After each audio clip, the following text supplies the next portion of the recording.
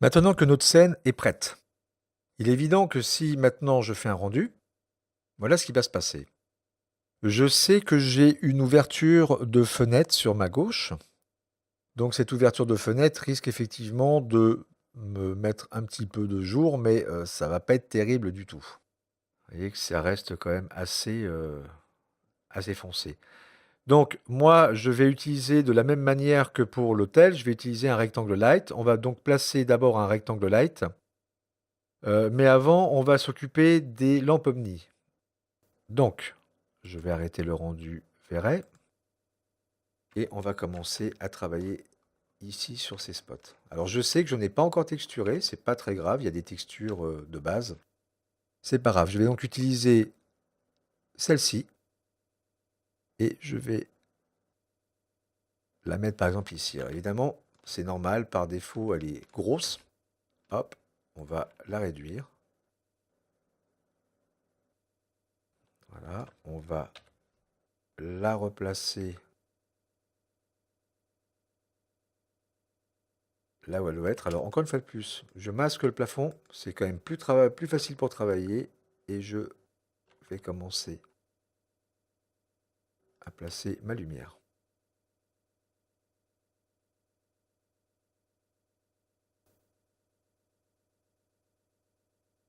Donc, généralement, en se mettant sur le côté et en remontant, des fois, c'est un petit peu plus simple.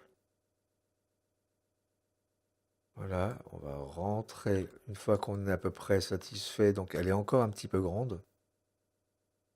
Donc, on va encore une fois de plus la réduire et venir. Alors, la taille n'est pas très importante puisque ce qui va surtout être important, c'est l'intensité de notre lumière. Donc, on peut vraiment. Voilà, on va faire en sorte qu'elle soit à peu près comme ça. Voilà. Maintenant, vu que ça m'a l'air d'être bon, je viens de la même manière en copier une. Et de la même manière, je viens en copier une autre. Voilà.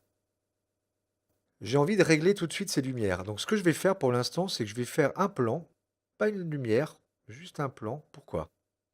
Parce que en faisant révéler tous, maintenant, je me retrouve dans le noir, puisque ici c'est fermé. Donc je vais pouvoir régler plus facilement mes lumières. Donc je vais d'abord faire un premier petit rendu pour avoir une petite idée de ce qui va se passer. Donc effectivement, on est dans un noir assez noir.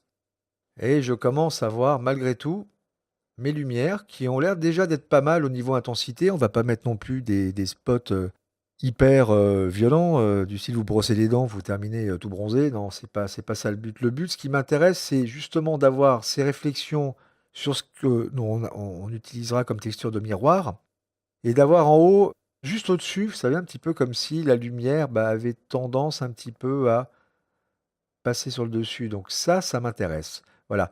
Donc ça, c'est une technique que je fais quand j'ai des lumières internes, même si j'ai une lumière extérieure, qu'elle soit lumière par défaut ou alors la light, je m'arrange toujours d'abord pour travailler un peu dans le noir, de manière à régler mes lumières, et après, seulement après, je vais commencer à faire le réglage global.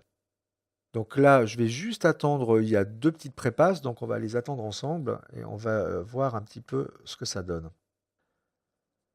En fin de compte, vous allez voir que Véret, que ce soit Véret pour C4D, Véret pour 3ds Max ou Véret pour SketchUp, en l'occurrence c'est celui-ci qui nous intéresse, il y a du bidouillage. Il n'y a pas de règle en disant, bah voilà, ça sera toujours ce réglage-là, toujours ce réglage-là. Non, ça n'existe pas. Il y aura toujours un petit peu de bidouillage. C'est ça aussi qui donne le charme à la 3D, c'est justement de passer du temps un petit peu à essayer de concevoir des choses sympas et voilà, c'est quand même assez ludique. Alors, moi, ce qui m'intéresse surtout dans l'immédiat, c'est pas vraiment le tapis, c'est voir un peu ce que donnent les lights. Pas mal, c'est pas mal, voilà. Donc c'est intéressant. Pourquoi? Parce que j'ai bien la luminosité qui passe au-dessus, on voit bien que j'ai trois sources de lumière, et j'ai une projection qui se fera un petit peu plus tard sur évidemment une vraie texture. À partir de ce moment-là, ok, bon, on va dire que je suis satisfait. Je vais remodifier ceci, c'est-à-dire que je vais supprimer ce plan, et cette fois, je vais utiliser la rectangle light. Je vais aller de là à là. Même technique, je fais un clic droit dessus, V-Ray for SketchUp, Edit Light. L'intensité, on va pour l'instant la laisser à 30, on va voir. Et surtout, double side. N'oubliez pas que pour l'instant, il éclaire de ce côté-là. Moi, je veux qu'elle éclaire des deux côtés. Donc, hop, je fais OK. Voilà l'intérêt d'avoir créé une scène, une vue. Je me repositionne. Et on relance le rendu.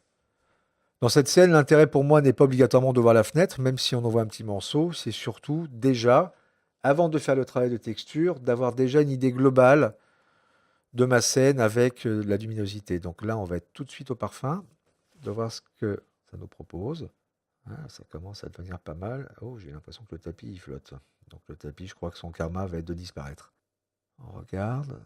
C'est peut-être encore un peu sombre, donc il va falloir intensifier la light. On va le faire tout de suite. Alors, qu'est-ce qui se passe avec le tapis? Ah oui, effectivement, le tapis, vous voyez, là, il est en plein délire, le pauvre. Alors, on va le remettre quand même en attendant au sol. Donc, je me remets ici. V-Ray for SketchUp, Edit Light. On va passer à 75.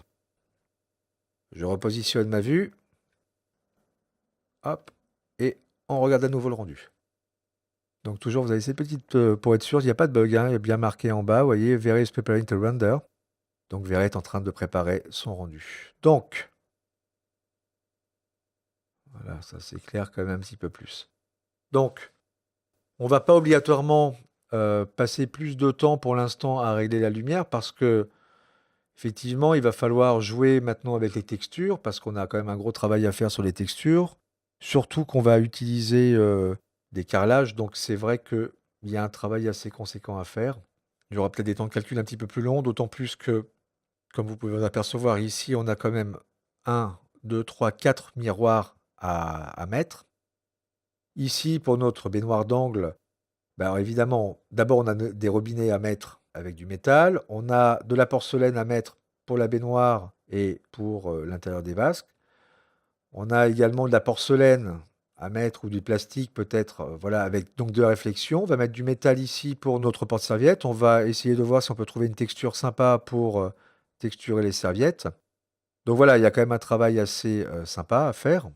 On va juste regarder un petit peu ce que nous donne le rendu. Bon, déjà, vous voyez qu'avec un tapis qui ne flotte plus, c'est déjà pas mal. Voilà, je ne vais pas aller plus loin. Je pense que là, on est bon. Donc, on va commencer à texturer notre scène. Je vous propose donc de se retrouver dans la leçon suivante.